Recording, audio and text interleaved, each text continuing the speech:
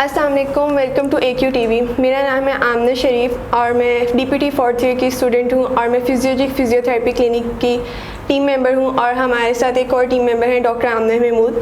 She is graduated from university of Sargodha और ये कामोकी में अपना प्राइवेट क्लिनिक भी रन कर रही हैं जिसका नाम है हनीफा फिजियोथेरेपी क्लिनिक। जी डॉक्टर आमना, आज हम आपसे डिस्कस करेंगे एक टॉपिक पे जिसका नाम है शोल्डर इम्पीचमेंट सिंड्रोम, जिसे आमतौर पे कंधे का दर्द कहा जाता है। जी आप बताएं कि ये क्या चीज़ होती है। जी आपने बिल्कुल ठीक कहा कि जो शोल्डर इम्पिंजमेंट सिंड्रोम है ये बहुत ही इम्पॉर्टेंट टॉपिक है, क्योंकि हमारे क्लिनिकल सेटअप में जितने भी पेशेंट्स आते हैं उनमें मोस्टली पेशेंट्स कंधे के दर्द का शिकार होते हैं। वो कंधे की दर्द के साथ आते हैं, तो उसमें से एक इम्पिंजमेंट सिंड्रोम भी है। अच्छा, तो डॉक्टर आमना आप मुझे ये बताइए कि जो पेशेंट को दर्द होता है वो कॉन्टीन्यूसली होता है या कभी कभार होता है, या जब वो काम कर रहा होता है उस टाइम उसको वो दर्द होता है? देखिए, दर्द से पहले हम ये समझ लें कि इम्पिंजमेंट असल में है क्या। कंधे के दर्द की बहुत सारी वजूहात हो सकती हैं। खुसूसी तौर पे हम इम्पिंजमेंट की अगर बात कर रहे हैं तो सादा लफ्ज़ों में ये कहा जा सकता है कि पट्ठे का दबाव वो इम्पिंजमेंट है। जब पट्ठा जो है दोनों हड्डियों के दरमियान से गुजर के हमारे बाजू पे लगता है तो किसी भी एक्टिविटी की वजह से वो पट्ठा दबाव का शिकार होता है। उस दबाव की वजह से वहाँ पे सोजिश आ जाती है, तो वो सोजिश दर्द की वजह बनती है और वो दर्द कांस्टेंट होती है। हमारे पास जब भी पेशेंट आता है तो वो यही कंप्लेन करता है कि डॉक्टर साहिबा जब भी मैं अपना बाजू उठाता हूँ या उठाती हूँ तो मेरे एक तेज़ दर्द की लहर उठती है कंधे में और मैं कोई अपनी आम जिंदगी के काम नहीं कर सकता। ठीक हो गया। अगर एक पेशेंट को दर्द हो रहा है और वो इसको इग्नोर करी जा रहा है और वो फिजियोथेरेपिस्ट को अप्रोच नहीं करता, तो उसकी कंडीशन कितनी हद तक वर्स हो सकती है?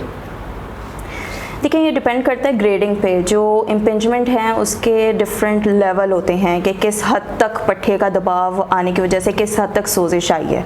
कई दफ़ा सोजिश इतनी बढ़ जाती है कि पट्ठा ख़राब होने लग जाता है या पट्ठा टूटने लग जाता है, अगर आम लफ्ज़ों में कहा जाए तो ये डिपेंड करता है कि पेशेंट को कितना अरसा हो गया इस दर्द के साथ। वो हम जब पेशेंट की हिस्ट्री लेते हैं उससे हमें अंदाज़ा हो जाता है। सही। पेशेंट को कौन सी अलामात ज़ाहिर होंगी तो वो फिजियोथेरेपिस्ट को अप्रोच करेगा?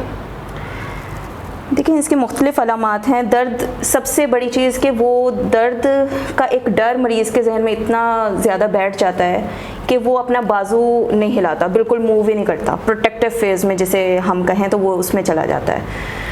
तो इसमें जो सबसे बड़ी अलामत आती है, जैसे कि ये मोस्ट कॉमनली उन पेशेंट्स में होता है, अगर मेल पेशेंट्स की अगर हम बात करें तो जिनका वज़न उठाने का काम हो, लोडिंग अनलोडिंग में बार बार ओवरहेड एक्टिविटी हो रही है, यानी ऐसी एक्टिविटी जो हेड लेवल से ऊपर हो, उसमें प्रॉब्लम आती है। फीमेल्स का अगर देखें तो उन्हें अपनी चादर ओढ़ने में प्रॉब्लम होती है, कंधे का दर्द निकलता है, कपड़े पहनने में, कमीज़ पहनने में प्रॉब्लम होता है। इवन के सीवियर कंडीशंस में पेन इस हद तक बढ़ जाती है सोजिश की वजह से कि एक पानी का गिलास भी वो इजीली पकड़ नहीं पाता। वो एक पानी का गिलास भी उठा के एक जगह से दूसरी जगह पे नहीं रख पाता कि पेन की शिद्दत इतनी ज़्यादा होती है। सही। अब वो पेशेंट को दर्द हुई है और वो फिजियोथेरेपिस्ट को अप्रोच करता है, तो फिजियोथेरेपिस्ट उसको कैसे डायग्नोज करेगा, कैसे चेक करेगा कि इसको कंधे का यही मसला है?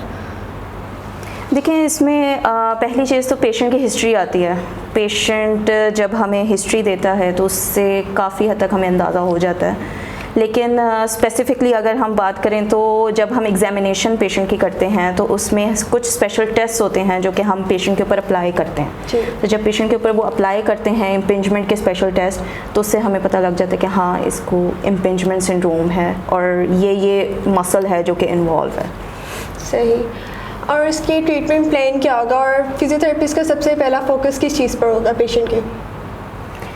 सबसे पहला फोकस तो पेन की तरफ होगा, क्योंकि पेन जो है वो उसकी आम एक्टिविटी में जो है हिंड्रेंस लेके आ रही है, रुकावट का बाइस बन रही है। तो इसमें हम उसकी पेन को मैनेज करते हैं। जब पेन को मैनेज करने के लिए हमारे पास इलेक्ट्रोथेरेपी अप्रोच होती है, यानी कुछ ऐसी मोडेलिटीज़ या कुछ ऐसी मशीनरी इस्तेमाल हम करते हैं जिसके मदद से हम पेशेंट की पेन को मैनेज करते हैं। उसके अलावा हम कुछ एहतियाती तदाबीर उन्हें बताते हैं जो कि उसने अपने उस पूरे ट्रीटमेंट के दौरानिए में, अपने इलाज के पूरे दौरानिए में उसने उसको फॉलो करना होता है। उसके अलावा कुछ एक्सरसाइजेस गाइड की जाती हैं सेफ़ जोन में रह के, और आहिस्ता आहिस्ता उसके बाजू को फंक्शनल एक्टिविटीज़ की तरफ हम लेके आते हैं। अभी आपने एहतियाती तदाबीर का जिक्र किया, वो भी थोड़ी सी बताती चले। एहतियाती तदाबीर में सबसे पहली चीज़ तो ये है कि कोई भी ऐसा काम जो कि ओवरहेड एक्टिविटी जिसे हम कहते हैं, कोई ऐसा काम जिसमें बाजू को आपको हेड के लेवल से ऊपर उठाना पड़े, उससे वो अवॉइड करें, ठीक है। क्योंकि जितनी बार वो ये बार बार करेगा वहाँ पे पट्ठा उतना ही दबाव का शिकार होगा और वहाँ पट्ठा उतना ही ख़राब होगा, उतना ही डैमेज होगा। एक तो ये चीज़ है। दूसरा ये कि वो कोई भी वज़न ना उठाए। ये एक्सरसाइज जब हम करवाते हैं उसमें विद प्रोग्रेशन हम स्ट्रेंथनिंग करवाते हैं। कोई भी ऐसा वज़न ना उठाए जो कि उसके लिए नाकाबिले बर्दाश्त हो। और तीसरी अहम चीज़ ये है कि हम उसकी स्लीपिंग पोजीशन इस तरह से बताते हैं कि वो दूसरे जो है करवट, जिस कंधे में उसको दर्द महसूस हो रही है उस तरफ को करवट लेके वो ना सोए।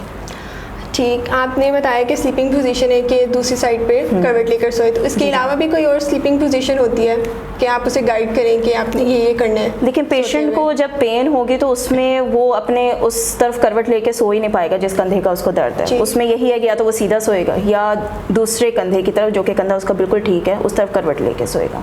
इसमें यह है कि हम पिलो की पोजीशनिंग इस तरह से कर देते हैं। इसमें हमें पिलो के इस तरह से हम पोजीशन करते हैं, जैसे एक पिलो है उसमें हमने हेड से लेके शोल्डर तक हमने सपोर्टेड रखना है, ठीक है। ये स्टेबलाइजेशन का फैक्टर आ जाएगा, स्टेबल हो जाएगा, ठीक है। यहाँ से सपोर्ट करना है गर्दन से लेके कंधे तक।